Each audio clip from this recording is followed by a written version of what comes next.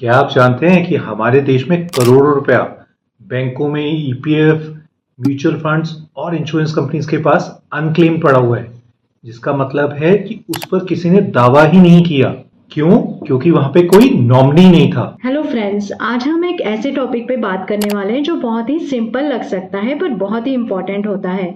ये टॉपिक है नॉमिनेशन या फिर नामांकन। जी हाँ, चाहे आपका बैंक अकाउंट हो, आपके mutual fund investment, share investment, आपका ईपीएफ अकाउंट या फिर आपका इंश्योरेंस, इन सभी में नॉमिनी ऐड करना बहुत जरूरी है। आइए समझते हैं नॉमिनी कौन होता है।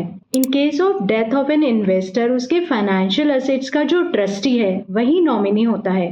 ध्यान रखिए कि नॉमिनी बेनिफिशियरी नहीं होता है। सिर्फ और सिर्फ इंश्योरेंस के केस में रूल्स थोड़े अलग हैं।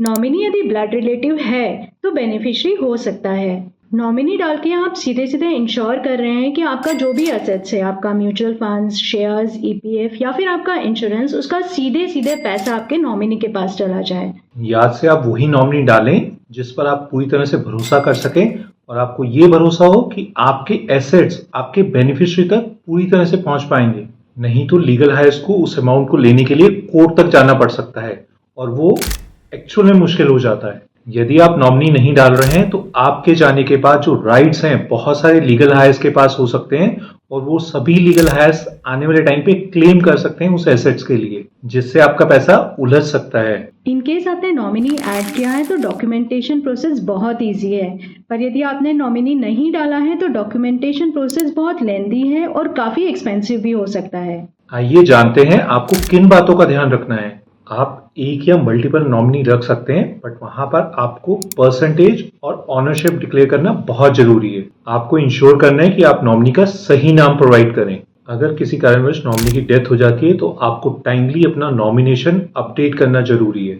सेबी के नए रूल्स के हिसाब से नॉमिनी डिक्लेयर करना बहुत जरूरी है, अदरवाइज मैन्युअली ऑप्ट आउट करना पड़ेगा उसे। आइए समझते हैं नॉमिनेशन करता क्या है। स्पष्टता देता है, विवादों से बचाता है, परिवार को आर्थिक मदद तुरंत दिलाता है, कोर्ट के चक्कर और कानूनी खर्चों से भी बचाता है। इसीलिए जरूरी है कि पैसे इन्वेस्ट करते टाइम उसमें नॉमिनी जरूर जोड़े, इससे पैसे ट्रांसफर करने में बहुत आसानी होगी।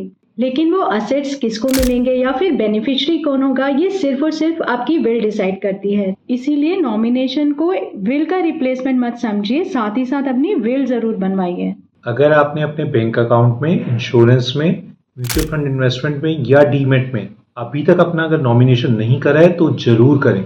अगर आपको नॉमिनेशन से जुड़ी किसी भी तरह की जानकारी या हेल्प चाहिए तो आप हमसे डायरेक्टली संपर्क कर सकते हैं। आपकी मेहनत और आपका पैसा, उसका सही हकदार सिर्फ और सिर्फ आपका परिवार है। उसे अपने हक से वंचित बिल्कुल ना करें। अगर आज की इन्फॉर्मेशन आपको अच्छी लगी हो तो लाइक और शेयर करना मत भूलिएगा और इसी तरह की जानकारी जानने के लिए रेगुलर बने रहें हमारे साथ और चैनल को सब्सक्राइब करना मत भूलिएगा।